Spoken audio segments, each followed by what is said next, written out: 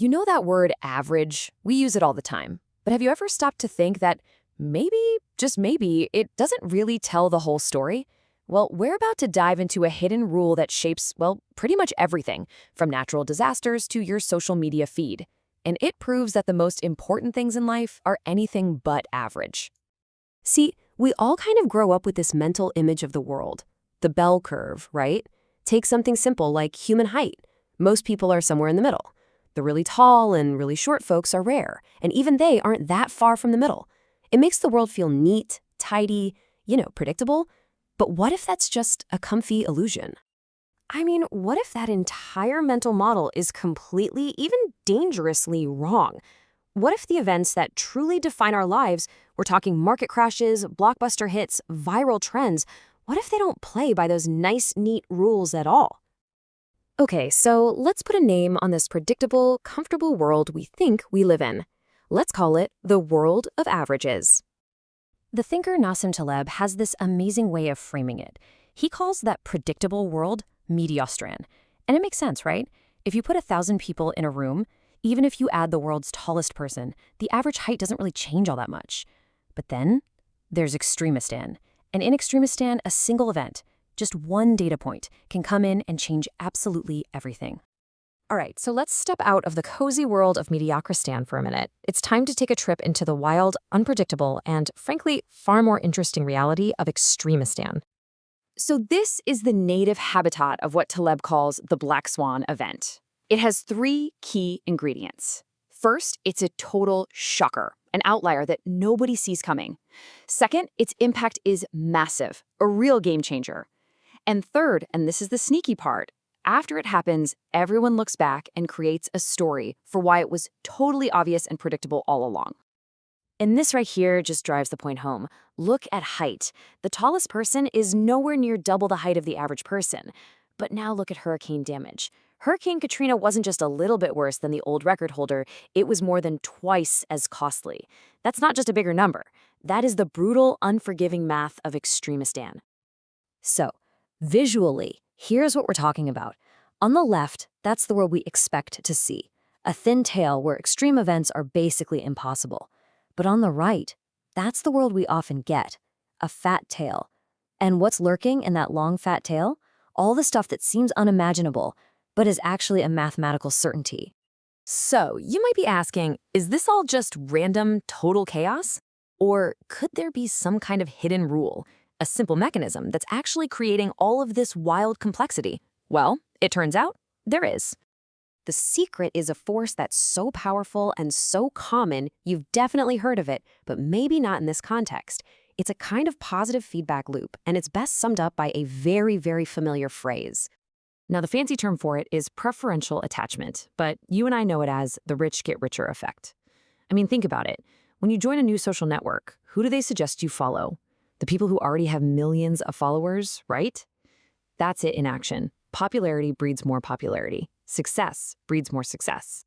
So how does this simple rule create such insane outcomes?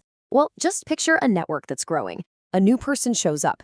Do they connect with someone at random? Nope. They're way more likely to connect to the person who's already the most popular. And that, of course, makes that popular person even more popular, which makes them even more likely to get the next connection. It's a snowball effect that just keeps rolling and rolling, creating giants. And this rich get richer engine, it doesn't just create a few superstars here and there. Nope. It forges a very specific, very profound mathematical pattern that quietly runs our world. And that pattern is called a power law. And it is, no exaggeration, everywhere. It describes any system where you have a tiny number of absolute giants living alongside a massive number of dwarfs. Think about book sales. A handful of mega bestsellers that sell millions and millions of other books that sell like 10 copies. That, my friends, is a power law. And here's the really cool part, the secret handshake of a power law. If you take all that chaotic-looking data and plot it on a special kind of graph, a log-log scale, it doesn't curve. It forms a perfectly straight line. It's this beautiful, hidden order hiding underneath all the chaos. And once you learn to spot this, you can't unsee it. The size of cities? Power law. The distribution of wealth? Power law. The popularity of websites, the frequency of words we use, the size of earthquakes, it's just power law after power law after power law. Our world is literally built on this principle. I love this way of picturing it. Think of all the life in the ocean. You've got trillions upon trillions of tiny plankton and algae, right? And then you have what? A handful of giant blue whales. That's a power law system. So what's the average size of a creature in the ocean? The question itself is absurd. It's a completely useless, meaningless number. Okay, so if the average is basically a lie, and if our world is ruled by these wild extremes, what on earth are we supposed to do about it? How do we even navigate a reality like this? Let me show you just how badly our intuition can fail us here. Let's do a quick thought experiment. Imagine a room with 30 people, all making a pretty decent living. Let's say their average income is $50,000 a month. Now, what happens to the average income when the world's richest person walks into that room?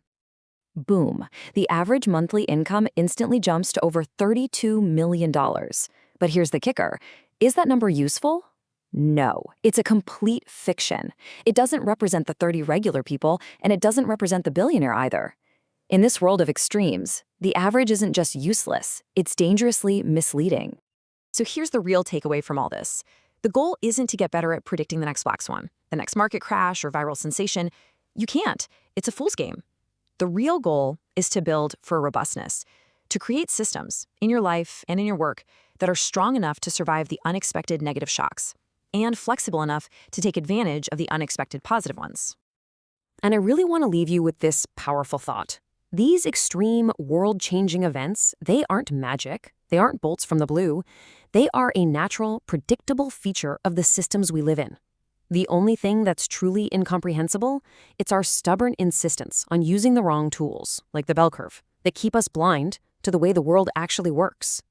So I'll just leave you with this to think about. Where in your own life are you relying on an average? And what incredible, unaverage, extreme reality might that simple number be hiding from you?